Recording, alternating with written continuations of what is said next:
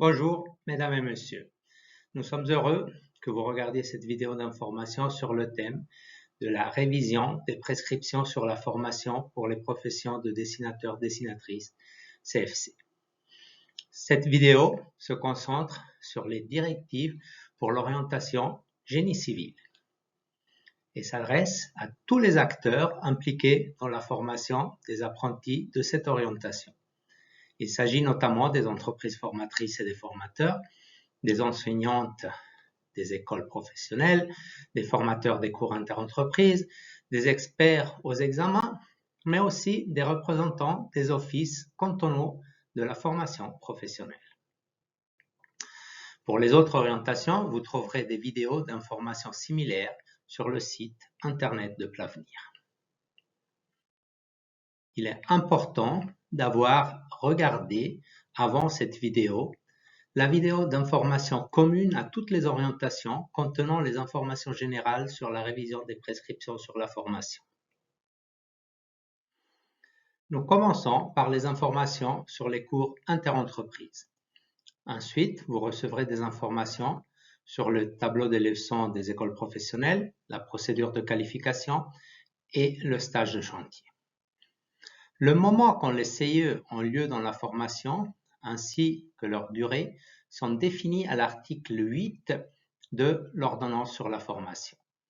Les cours interentreprises permettent d'acquérir des compétences pratiques de base en complément de la formation dispensée dans l'entreprise et à l'école professionnelle. Les CIE offrent la possibilité de réaliser des tâches et des projets sous la direction d'un formateur ou d'une formatrice. Les CIE peuvent et doivent également permettre de se familiariser avec des méthodes qui ne sont pas accessibles à tous les apprentis dans le cadre de la formation en entreprise. L'aperçu dans le tableau montre le nombre de cours, la durée et la période, ainsi que les points forts du contenu.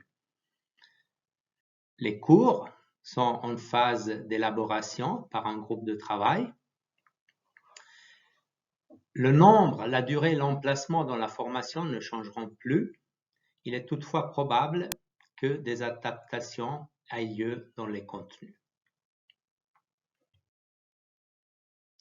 Les indications concernant les leçons d'école professionnelle se trouvent sous l'article 7 de l'ordonnance sur la formation. Jusqu'à présent, ces informations figuraient dans le plan de formation. Le nombre total de leçons n'a pas été modifié. La répartition entre les années d'apprentissage a par contre fait l'objet d'une adaptation. L'ORFO prévoit qu'en première et deuxième année d'apprentissage, les apprentis passent en moyenne 1 jour et demi à l'école professionnelle. Les discussions à ce sujet ont été exigeantes. Aujourd'hui, les modèles les plus divers sont appliqués. Par exemple, 2 jours en première année, puis 1 jour chaque année, ou bien 1 jour et demi la première année, 1 jour et demi la deuxième année, puis 1 jour et 1 jour en troisième et quatrième année. Il y a aussi un canton qui organise des cours en bloc et il existe même pour quelques cantons des formations complètes en école. Après de longues discussions, on s'est mis d'accord sur le modèle 1 jour et demi en première année, 1 jour et demi en deuxième année, puis 1 jour en troisième année, 1 jour en quatrième année. Ce qui est important, c'est toutefois d'éviter les demi-journées d'école. Dans le modèle illustré, il faut alterner entre 1 ou 2 jours d'école professionnelle par semestre. Les écoles et cantons conservent une certaine liberté dans l'organisation. Le nombre total de leçons doit être respecté sur toute la durée de l'enseignement. En outre, la matière principale doit être définie de manière à ce que les apprentis soient plus souvent à l'école durant la première moitié de leur formation et moins souvent durant la seconde moitié de leur formation. C'est en fin de compte le canton d'implantation de l'école qui doit décider des adaptations spécifiques et des interprétations acceptables. L'avenir, en tant qu'ORTRA compétente, organisation du travail, est d'avis que le mode scolaire exact doit être déterminé par les écoles en concertation avec les cantons, en tenant compte des possibilités d'organisation, des modèles de maturité professionnelle, des longueurs des trajets à parcourir par les élèves, de la disponibilité des infrastructures, etc. Comme mentionné, Plavenir estime qu'il faut renoncer aux demi-journées d'école et que les directives concernant le nombre de leçons doivent être respectées pour les premières et deuxièmes années d'apprentissage confondues. En troisième et quatrième année d'apprentissage, il faut prévoir au maximum un jour d'école professionnelle par semaine. Il convient également de mentionner sous la lettre A, connaissances professionnelles, il y a 2 tirets. Le premier tiret mentionne le domaine de compétences opérationnelles A. Le deuxième tiret résume les domaines de compétences opérationnelles B, C et D. En théorie, l'idéal serait d'avoir une note dans le bulletin scolaire pour chaque domaine de compétences opérationnelles. Dans la pratique, ce n'est souvent pas possible car les domaines de compétences opérationnelles trouvent un niveau d'application très variable dans le cadre de l'école. Dans notre formation, le domaine de compétences opérationnelles A, c'est-à-dire l'élaboration de principes de base et de solutions possibles, absorbe une très grande partie du temps d'enseignement. Par contre, pour le domaine de compétences opérationnelles D, assistance aux responsables du projet, la formation a lieu en première instance dans les entreprises et il n'y a pas assez de leçons dans ce domaine à l'école professionnelle pour pouvoir inscrire une note dans le bulletin. En conclusion, à l'avenir, les notes du bulletin seront peut-être un peu moins significatives que les notes des matières actuelles.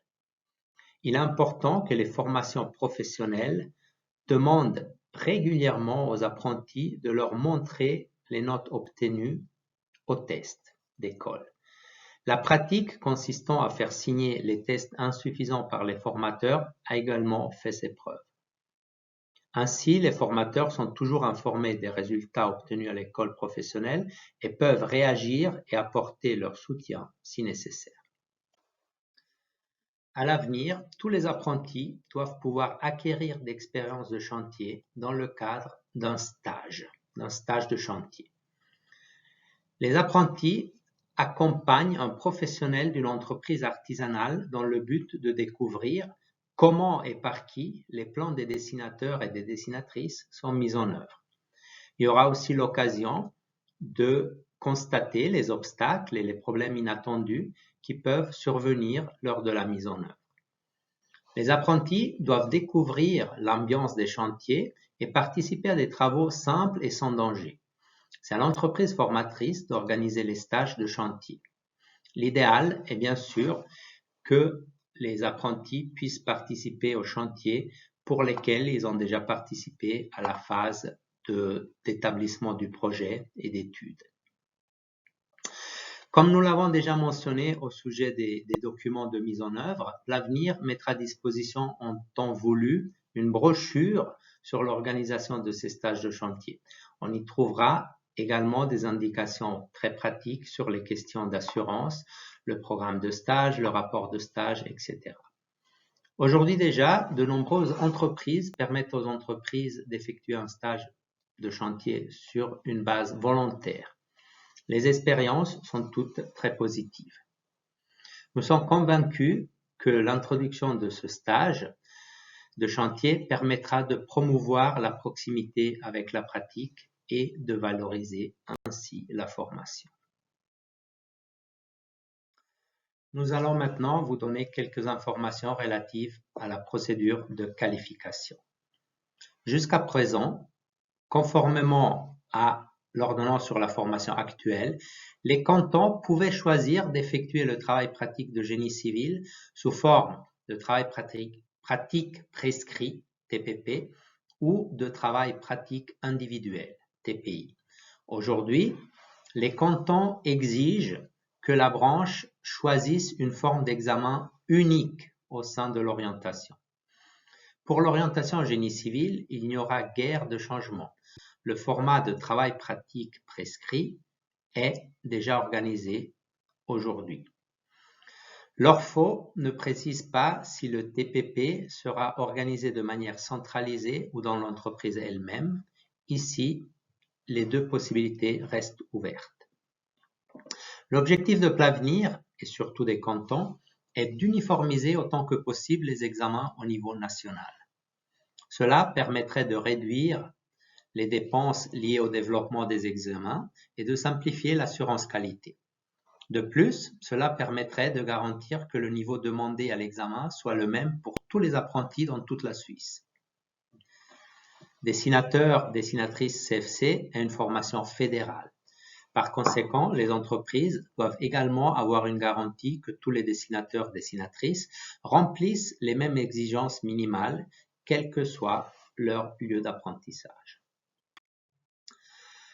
Pour se rapprocher de cet objectif, Plavenir va mettre en place un groupe de coordination au sein duquel les chefs experts des régions pourront se concerter et, le cas échéant, développer ensemble les examens ou du moins contribuer à l'assurance qualité.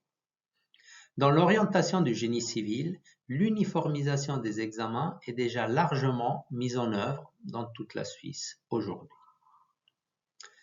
La durée des examens a été discutée et fixée dans un groupe de travail avec les chefs experts et adoptée au sein de la branche. En ce qui concerne la pondération du travail pratique prescrit, 75% sont attribués aux résultats des travaux pratiques et 25% à l'entretien professionnel. La durée de l'examen écrit reste inchangée à 4 heures. Il y a un changement dans la pondération. Désormais, la pondération des notes d'expérience est de 15%, soit 5% de plus qu'auparavant. En revanche, le poids de l'examen écrit de connaissances professionnelles est réduit de 20 à 15%. Ainsi, les prestations fournies pendant les 4 années d'école professionnelle auront un peu plus de poids. Voilà pour ce qui en est des éléments spécifiques à l'orientation génie civil. Vous avez peut-être des questions spécifiques à cette présentation. Il y a un formulaire web en ligne sur le site de Plavenir à l'adresse indiquée en bleu dans la diapositive. Vous pouvez les formuler à l'aide de ce formulaire et toutes les questions seront rassemblées par thème. Il y aura des réponses et seront regroupées par thème et mises à jour en permanence. Je vous remercie pour l'attention que vous avez portée à cette information. Nous voulons aussi profiter ici, au nom de Plavenir, pour remercier toutes les centaines, voire milliers de personnes qui ont contribué à la révision de l'ordonnance jusqu'ici, notamment en répondant aux formulaires en ligne ou en participant aux ateliers ou au travail de groupe.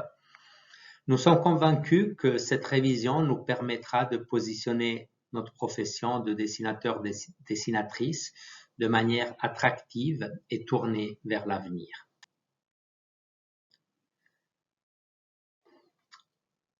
Au niveau des vidéos, il y en a d'autres, une pour chaque autre orientation de la branche. Vous les trouvez toutes sur le site de Plavenir. Merci.